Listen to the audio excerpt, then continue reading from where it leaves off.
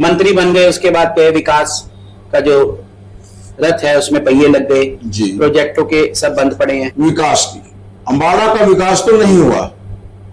विकास के मामले में अम्बाड़ा शहर पूर्ण रूप से पिछड़ा हुआ है। पिछले 6 महीने से भाजपा ने जो परेशानी दी है, वो आंसू बहा रहा है। उनका सारा बिजनेस फेल हो चुका है।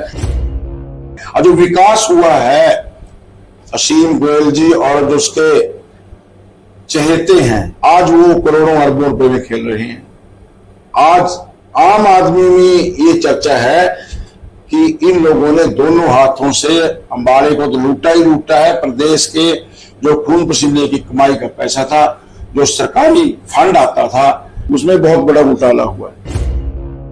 इन सारे घोटालों की जांच कराएंगे और जांच कराने के बाद जो भी, चाहे सरकारी अधिकारी है, चाहे इसमें एमएलए है, चाहे इसमें दूसरे लोग हैं, उनके खिलाफ सख्त से सख्त सजा उनको देंगे और उनके खिलाफ कार्रवाई की जाएगी। विधानसभा चुनाव का हरियाणा में बिगुल बज चुका है। चुनाव आयोग ने इलेक्शनों की तारीख भी जो है डिक्लेयर कर दी है। लोकसभा चुनाव में कांग्रेस के अच्छे प्रदर्शन के बाद जहां एक तरफ कांग्रेस कार्यकर्ता पूरी तरह से बूस्ट अप हुए हैं, वहीं साथ साथ नेताओं की अगर बात करें, वह भी अपने तरीके से प्रचार प्रसार के माध्यम से लोगों के बीच जा रहे हैं। आज हम इस चुनावी खास चर्चा में एक ऐसे शख्स से रूबरू करा रहे हैं जो किसी परिचय के मोहताज नहीं हैं। पूर्व में विधायक रहे जसबीर मलौर हमारे साथ मौजूद हैं। सर, सबसे पहले आपका स्वागत है। जी, धन्यवाद। सर, विधानसभा चुनाव का बिगुल बज चुका है जी, और और आप लगातार लोगों के बीच जा रहे हैं, तैयारी कर रहे हैं, दावेदारी भी ठोक चुके हैं, फंक्शन भी कर रहे हैं। क्या कुछ कहना चाहेंगे? कि 10 साल से हरियाणा में जो भाजपा रूपी ग्रहण लगा हुआ था, माननीय चुनाव आयोग ने 1 महीना जल्दी चुनाव करा करके हरियाणा प्रदेश को भाजपा से छुटकारा दिलाने का काम किया है। और चुनाव डिक्लेयर होने से हरियाणा प्रदेश के हर वर्ग में खुशी की लहर है, क्योंकि पिछले 10 साल का जो भाजपा का कार्यकाल था, उसमें हर वर्ग का शोषण करने का काम भाजपा की सरकार ने किया। चाहे हमारे जो वर्ल्ड लेवल के खिलाड़ी हैं, विशेष करके मैं कहूंगा हरियाणा प्रदेश के जो गोल्ड मेडलिस्ट हैं, जो रेसलर्स हैं, उनको किस तरह से भाजपा की, चाहे केंद्र की सरकार है, चाहे प्रदेश की सरकार है, दिल्ली में किस तरह घसीटा गया, किस तरह से उनको पुलिस ने और सरकार की मिलीभगत से किस तरह की बेइज्जती की गई। और अभी जो विलेश फोगाट जी हैं, उनको 100 ग्राम वजन पहले कह दिया, उसको निकालने का काम किया। ये पूरे देश के खिलाड़ियों को बंद करने का काम किया।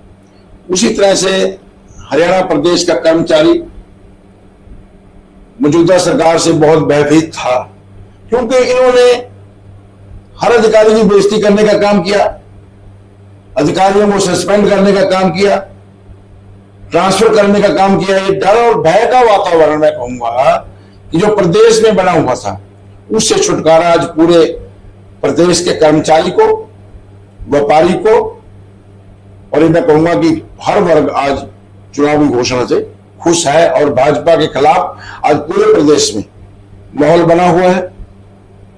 आज यही हर वर्ग की जुबान पे बात है कि 4 जून को जो लोकसभा का चुनाव था, उसमें रिजल्ट आया, उसमें हरियाणा प्रदेश से भाजपा होगी हाफ, और 4 अक्टूबर को जब रिजल्ट आएगा तो भाजपा प्रदेश से हो जाएगी पूरी तरह से साफ। मनोहर साहब, आप पूरी तरह से विधानसभा चुनाव में भाजपा को साफ करने की बात कर रहे हैं। किस विजन से, क्या आपके संकल्प हैं, किन मुद्दों को लेकर लोगों के बीच जा रहे हैं? मैं कह रहा हूं, बेरोजगारी का मुद्दा सबसे बड़ा मुद्दा आज हरियाणा प्रदेश में। जो चौधरी भूपेंद्र सिंह हुड्डा जी के समय 10 साल का शासन रहा, जो स्थायी नौकरियां, परमानेंट नौकरियां युवाओं को मिला करती थी, आज भाजपा ने युवाओं के साथ जो बड़ा धोखा किया, चाहे अग्निवीर योजना ला करके सेना में युवाओं को ठगने का काम किया, चाहे प्रदेश के पढ़े लिखे नौजवान को सरकारी परमानेंट नौकरी ना दे करके डीसी रेट पर एक वो रोजगार विभाग वो क्या बनाया है इन्होंने, वो बना करके, और जो हमारे साथी ओवरेज हो जाएंगे उनके साथ बड़ा तगड़ा खिलवाड़ ये सरकार करने का काम कर रही है। युवाओं में आज मौजूदा सरकार के खिलाफ हमारा बहुत बड़ा मुद्दा रोजगार का है, भ्रष्टाचार का एक बहुत बड़ा मुद्दा है, क्योंकि भाजपा के 10 साल में जो विधायक और मंत्री जो उन्होंने दोनों हाथों से प्रदेश के खून पसीने की कमाई को चूसने का काम किया, जो सरकारी दफ्तरों में भ्रष्टाचार फैलाने का काम किया, यहां तक कि HPSC के दफ्तर में किस तरह से करोड़ों रुपए रिश्वत के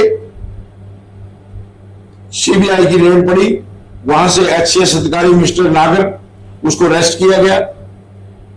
और एक मैं कहूंगा कि जो मुद्दा NDC के नाम के ऊपर जो पोर्टल सरकार खेल रही है, इसमें किसानों को भी इन्होंने परेशान करने का काम किया, और जो शहर के लोग हैं जो अपनी प्रॉपर्टी ID के नाम के ऊपर, परिवार पहचान पत्र के नाम के ऊपर, और जो दूसरा एक इन्होंने नो ड्यू सर्टिफिकेट के नाम के ऊपर, जो किसी ने अपनी जरूरत है तो लोग वहां महीनों महीनों चक्कर काटते हैं और बगैर पैसा दिए नगर निगम में कोई काम नहीं होता। आज ये सारे मुद्दे सरकार के खिलाफ, महंगाई का मुद्दा, क्योंकि जिस समय भूपेंद्र सिंह हुड्डा का समय था 2014 में गैस का सिलेंडर 410 रुपए में आ जाता था, लेकिन भाजपा के समय में 1100 रुपए तक गैस का सिलेंडर देने का काम किया। लेकिन अब जो हमारी कांग्रेस पार्टी का चुनाव घोषणा पत्र था, जो हमने लोगों के बीच अपना संकल्प पत्र निकाला है, उसमें हुड्डा साहब ने वादा किया था कि 500 रुपए का गैस का सिलेंडर सरकार आने के बाद हम हरियाणा प्रदेश के हर वर्ग को देने का काम करेंगे। उसमें कोई 1,80,000 वाली आयु सीमा की बात नहीं है, सब लोगों को देंगे। 2 लाख लोगों को सरकारी नौकरियां देने की बात कही है, और 100 गज के प्लाट 3.5 लाख रुपए का मकान बना करके उसमें देने की बात कही है। 6,000 रुपये बुढ़ापा पेंशन देने की बात हुड्डा साहब ने कांग्रेस पार्टी की सरकार आने की बात कही है। बैकवर्ड की क्रिमिनल 6 लाख से बढ़ा करके 10 लाख रुपए करने की बात है। और जो स्वास्थ्य, हर आदमी स्वास्थ्य के इलाज के लिए बहुत मोटा बजट सरकारी हॉस्पिटल में चाहे प्राइवेट हॉस्पिटल है लोगों को देना पड़ता है, लेकिन कांग्रेस पार्टी ने संकल्प पत्र में कहा है कि हरियाणा प्रदेश के हर नागरिक को 25 लाख रुपए तक का मुफ्त इलाज की सुविधा कांग्रेस पार्टी की सरकार आने के बाद दी जाएगी। मनोज साहब, ये तो थे हरियाणा के मुद्दे। अब बात अगर अंबाला की करें तो अंबाला में विकास की बात की जाती थी। असीम गोयल विधायक थे तब बड़ी बड़ी बात कही, मंत्री बन गए उसके बाद कहे विकास का जो रथ है उसमें पहिए लग गए, प्रोजेक्टों के सब बंद पड़े हैं। और 9 सेक्टर जहां आपका कार्यालय है, 9 सेक्टर के हालात किसी से छुपे नहीं है। बाढ़ की अगर बात करें तो कहीं ना कहीं क्या लगता है आपको कि पिछले 2 प्लान की अगर बात करें असीम गोयल ने क्यों नहीं? मैं जहां तक आपकी बात है विकास की, अंबाला का विकास तो नहीं हुआ। विकास के मामले में हमारा शहर पूर्ण रूप से पिछड़ा हुआ है। जो प्रोजेक्ट आज से कोई 7 साल पहले शुरू हुआ था, कोई 8 साल पहले शुरू हुआ था, कोई 5 साल पहले शुरू हुआ था, एक भी प्रोजेक्ट आज लोगों को समर्पण इन्होंने नहीं किया। किसी प्रोजेक्ट का जो शिलान्यास हम कहेंगे, उद्घाटन हम कहेंगे, उद्घाटन लोगों को सौंपने का काम कोई प्रोजेक्ट नहीं किया है। इसमें विशेष तौर पर ये हमारी जो लड़कियां हैं उनका कॉलेज की बिल्डिंग है आज अधूरी पड़ी, महावीर पार्क अधूरा पड़ा है, नौरंग राय तालाब अधूरा पड़ा है, हमारा हिसार और बाईपास का पुल जुड़ा पड़ा है, अंडरब्रिजों में नीचे पानी भर जाता है, सारी सड़कें टूटी पड़ी है, सीवरेज का कोई इंतजाम बढ़िया नहीं है, और थोड़ी सी बरसात हो जाए सारा सेक्टर का सारा शहर एक तालाब का रूप धारण कर लेता है। लोगों के घरों में, दुकानों में पानी घुस जाता है। और विशेष करके हमारे का व्यापारी पिछले 6 महीने से भाजपा ने जो परेशानी दी है, वो आंसू बहा रहा है। उनका सारा बिजनेस फेल हो चुका है। 75% बिजनेस उनका आज खत्म है। उनके अधिकारियों को जो मुलाजिम है तनख्वाह देने के लिए पैसे नहीं है, बिजली का बिल भरने के लिए पैसे नहीं है, बैंकों से जो लोन लिया है उसे किस्त उतारने के पैसे नहीं है। आज अम्बाड़ा पूर्ण रूप से बर्बाद करने में भाजपा का हाथ रहा है। और जो विकास हुआ है, असीम गोयल जी और जो उसके चहेते हैं, आज वो करोड़ों अरबों रुपए में खेल रहे हैं। चाहे वाटिका में आप देख लें, किस तरह से बड़े बड़े प्रोजेक्ट आज बन रहे हैं, इसमें भाजपा के कौन लोग शामिल हैं। और जो लोग भाजपा की सरकार आने से पहले करजई थे, आज आम आदमी में ये चर्चा है कि इन लोगों ने दोनों हाथों से अंबाड़े को तो लूटा ही लूटा है। प्रदेश के जो खून पसीने की कमाई का पैसा था, जो सरकारी फंड आता था, चाहे चौकों के सौंदर्यीकरण के नाम के ऊपर सिर्फ चौक बनाने का काम किया, इसमें बहुत बड़ा घोटाला हुआ है। शहर में जो लुक की सड़कें पहले होती थी पेवर की, वो पार करके टाइलें बिछाने का काम किया है, उसमें बहुत बड़ा घोटाला हुआ है। ये मैं कहूंगा राघव जी कि अब समय नजदीक आ गया है।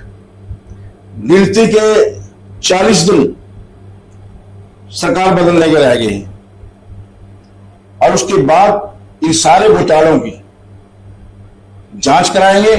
और जांच कराने के बाद जो भी, चाहे सरकारी अधिकारी है, चाहे इसमें एमएलए है, चाहे इसमें दूसरे लोग हैं, उनके खिलाफ सख्त से सजा उनको देंगे और उनके खिलाफ कार्रवाई की जाएगी। सर, सबसे बड़ा मुद्दा एक बॉर्डर बंद है जी। कोर्ट का फैसला आया, सरकार उस फैसले के खिलाफ कोर्ट पहुंच गई। कहीं ना कहीं बॉर्डर बंद होने से जहां व्यापार ठप हो गया है, एशिया की सबसे बड़ी कपड़ा मार्केट जो है सूनी पड़ी है, जहां खचाखच भीड़ हुआ करती थी, तो इसमें सरकार की मंशा साफ नहीं लगती या क्या कहना? मैं कह रहा हूं ये सरकार इतने नशे में चूर है, पहले तो आम आदमी की अनदेखी करने का काम किया।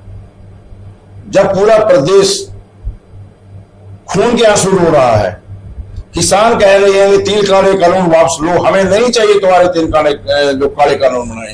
ये कहते हैं कि किसान के हक है, जो किसान ही कह रहे हैं हमें नहीं चाहिए, इसको वापस लो, स्वामीनाथन की रिपोर्ट लागू करो, एमएसपी की गारंटी दो।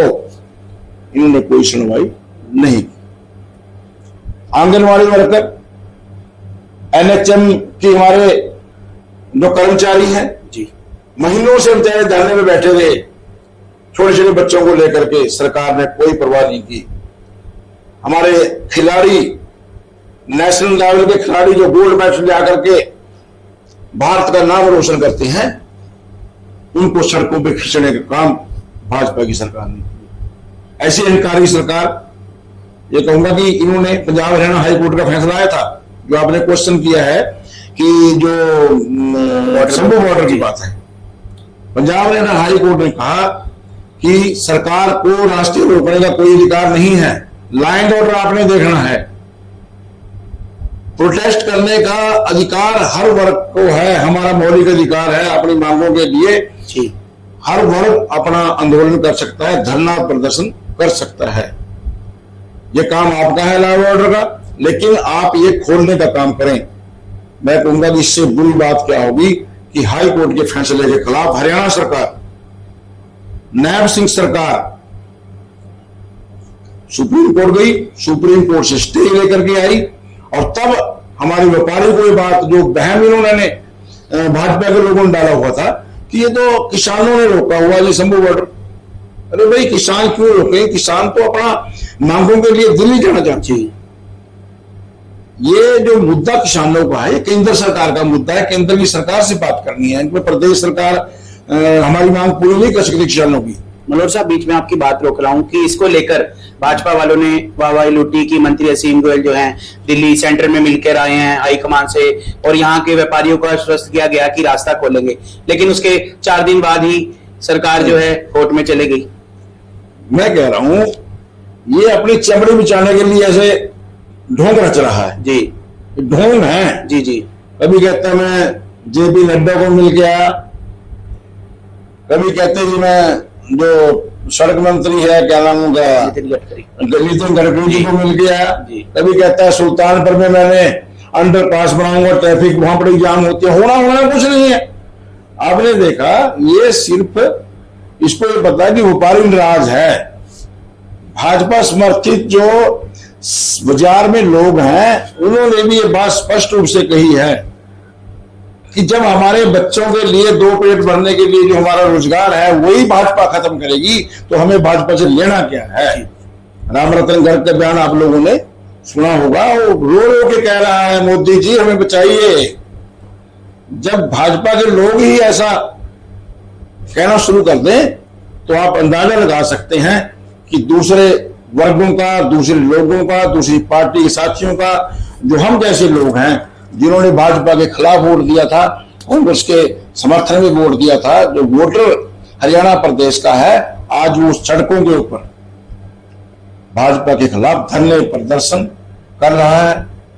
और जो उसी का रिजल्ट है हमारे माननीय दीपेंद्र सिंह हुड्डा जी जो 5 बार के मेंबर पार्लियामेंट है, भावी मैं कहूंगा जो मुख्यमंत्री हरियाणा प्रदेश के आने वाले हैं, क्योंकि हुड्डा साहब और चौधरी उदयभान जी की जोड़ी जब अभी रथ लेकर के हरियाणा प्रदेश की हर विधानसभा में जाएगी और दीपेंद्र हुड्डा जी पद यात्राएं कल 44वां विधानसभा क्षेत्र अम्बाला कैंट में आए थे, लेकिन जो जन सैलाब सड़कों के ऊपर निकल के आया है और जो जोश उत्साह लोगों में देखने को मिला उससे साफ जाहिर होता है कि भारतीय जनता पार्टी जा रही है और कांग्रेस पार्टी की सरकार आ रही है।